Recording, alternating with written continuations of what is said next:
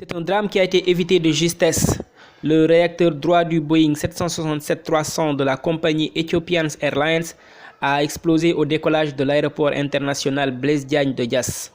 Le vol ET908 devait partir en direction d'Addis Abeba avec escale à Bamako. Selon des témoignages obtenus par emedia.sn, l'avion ne pouvait plus prendre de la hauteur après l'explosion. L'équipe de pilotage a dû manœuvrer avec beaucoup de difficultés pour enfin réussir à poser l'appareil au sol, causant une grande panique à bord. Et une fois au sol, les sapeurs-pompiers ont rejoint l'appareil pour éteindre le feu.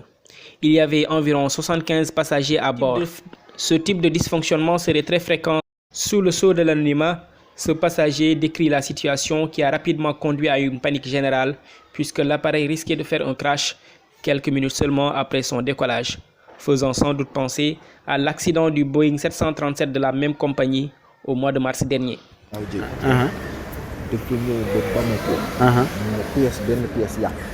une semaine. Même appareil. Même appareil. 4 avril 2019. 2018. 2013 nga ne ban incident moo ci amoon. Djiboutien yu waroon ñëw défilé si dañu raté kii. Les pièces bi on est parti à Addis prendre pour chercher waaw. Il a une fois décollé, il est redescendu. Et c'est le même appareil exactement. C'est le même appareil. Il y en a d'autres qui sont bien, qui utilisent sur la même ligne. Mais celui-là, il refuse de le changer. Il y a eu plein de gens qui ont eu le même problème avec cet appareil-là. Quand tu rentres, tu le reconnais, il est très vieux, il n'y a pas de visuel. De visuel. Et puis la fumée, la climatisation. La climatisation, la buée, oui, c'est très très vieux. Et les sièges ne sont pas du tout confortables. Parfois, les sièges sont inclinés. Sont bancals, etc. Et plusieurs fois, on a dit aux autorités éthiopiennes de changer ça.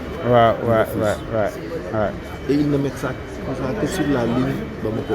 Un des cadres d'Ethiopian m'a dit ce matin, le chef de desk, qu'il l'avait. J'ai dit, cet appareil-là, je ne l'ai pas vu depuis 1 an.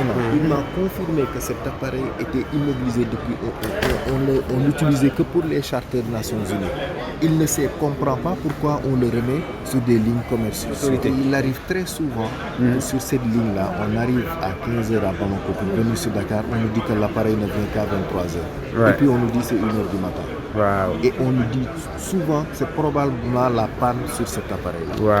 Il faut que les autorités sénégalaises refusent que cet appareil atterrisse.